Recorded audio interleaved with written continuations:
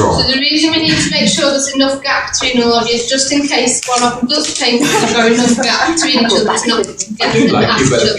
So there's plenty of room in this room, there isn't many of you, so you can have a nice big gap. Okay.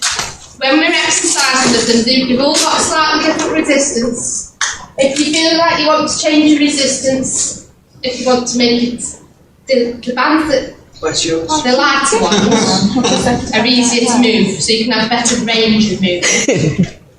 The darker ones tend to be harder to move, and they'll give you more resistance. But equally so, if we're using them to lift a limb, like this, the darker ones are easier because they're firmer. So if you want to change your band colour, let me know because I've got a mixture in there. When don't put them on full stretch. If they're on full stretch, they're more likely to tear. Okay. And whatever exercise we do, we're never aiming it towards our eyes. You're always kicking it away from your eyes. Okay. So if we're there and we're going away, it does ping, it won't go in your eyes. If I was here, if I was pulling down and it's near my eyes, if it pings, it ping in your eyes. We're not doing that. Okay. So always keep it away from your line of vision and away from other people's line of vision.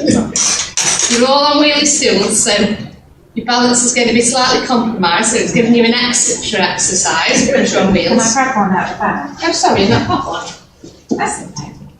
Not hard one? Yes, no. Did you run away? So whatever exercise you do, just bear in mind that you are on wheels and you are more unstable, so make sure you're safe. Keep yourself grounded if you can. The chairs are fine to adjust. If you pull it out, you can go down. So normally if you're down, you're more stable. Don't worry, we won't blame you if something goes wrong. So you're there. And if we're going leaning to the side, just bear in mind that the chair might go that way, so just keep yourself steady. I trust you all to just work to your own capabilities. So if something's hurting you, I don't want you to go into a painful area. Everything you do should be comfortable. You might feel a stretch, and the stretch is good, but not pain, especially with your shoulders or your back.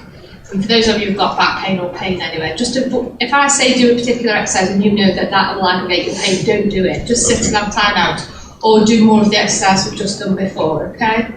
Or if you want some advice, just put your hands up or shout. It'll change the exercise to suit you slightly, so just be comfortable with it. Okay. So first of all, get yourself comfy. I'm going to base the exercises around core stability, and it's what a lot of the Pilates instructors do. So it's all about getting your core strong. If you can get your core strong, then you'll find your limbs move more efficiently, and it's using the bands of resistance to help you. So first of all, I want you to feel your feet on the floor. And just think about the pressure that's going through your feet, if you can feel your feet. And think about that pressure being nice and even between the feet. You don't want to be on one side and on another. If you can, have that pressure even between your feet.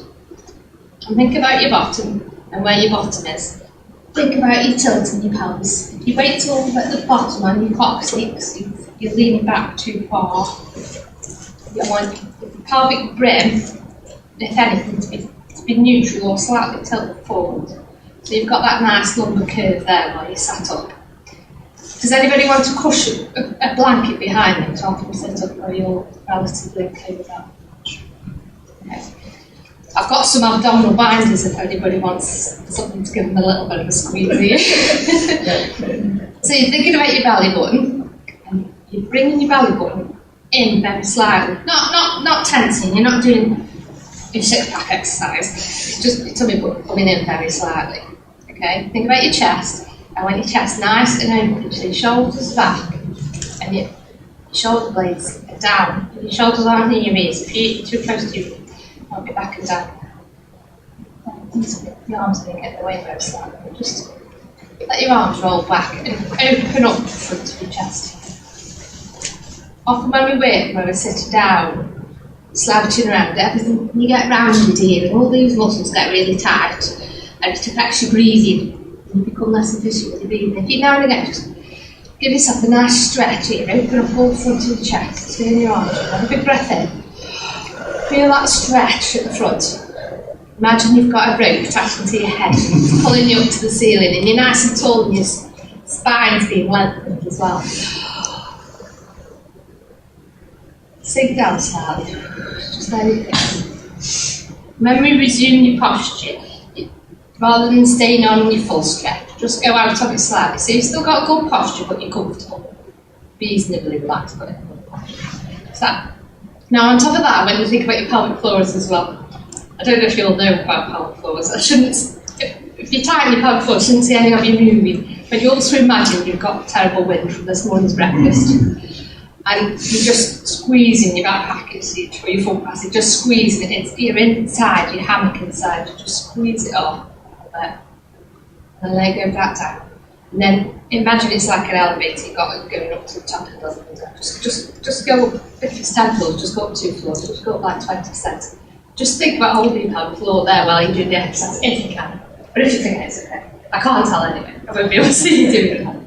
That's just an exercise you can do anywhere. It's really important for all of you because your pelvic floor really helps with your core stability generally and sets it up.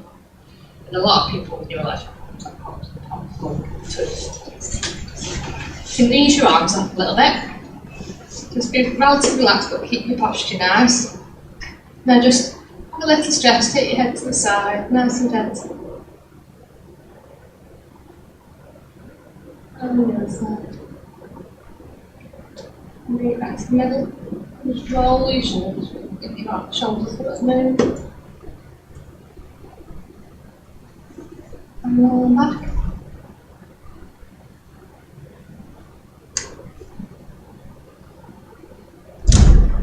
Take your arms forward, stretch your fingers forward, long arms, right to the tips.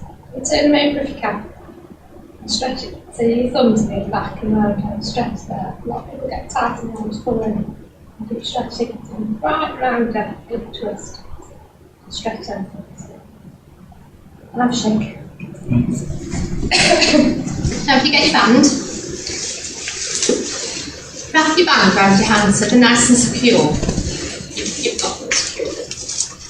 And what you're going to do is you're going to put a medium amount of tension on. You can change the tension to where you're comfortable there. And just have your hands shoulder width apart. And all you're going to do is you're going to keep your posture, so try not to slump. Keep your posture gently. Get your arms across. Now if it's too easy, tighten your band up, so wrap it with another circle round if it's too easy for you. And if it's too hard, let it go.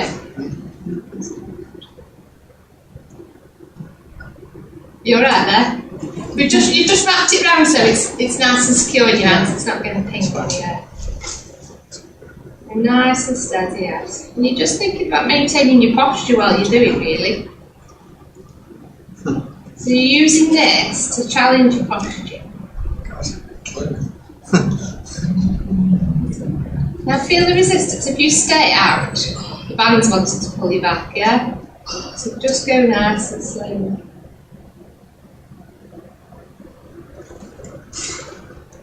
You've got the black one, so yours is really difficult. Yeah. Do you like what's a lot easier? No, it's alright. So, if you're in a group of artists, people can get quite competitive. I've got the easiest one.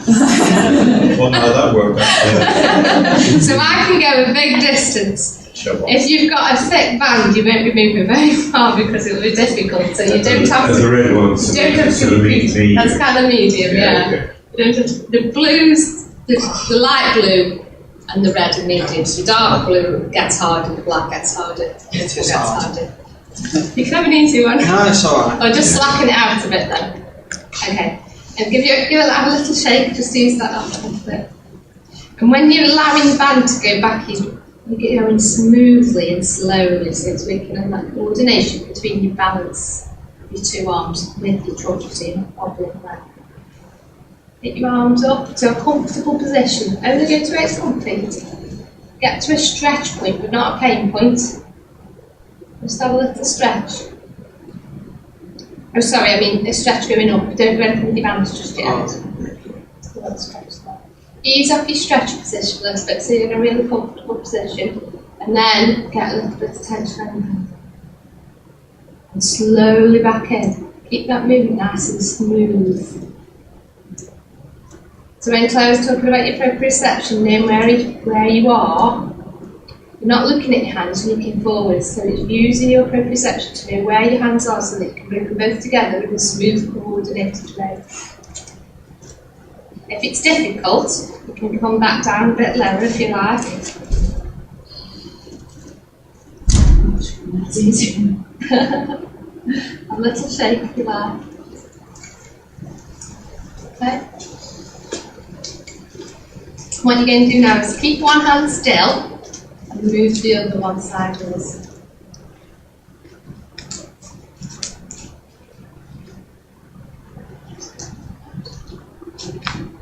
You can buy these bands when I go to our shops and places now if you order one in there. And the exercises you can do with them are endless really. There's 8,000. What are they called if you're looking at the internet? Resistance bands. TheraBrand is a brand name, a popular brand name. Yeah.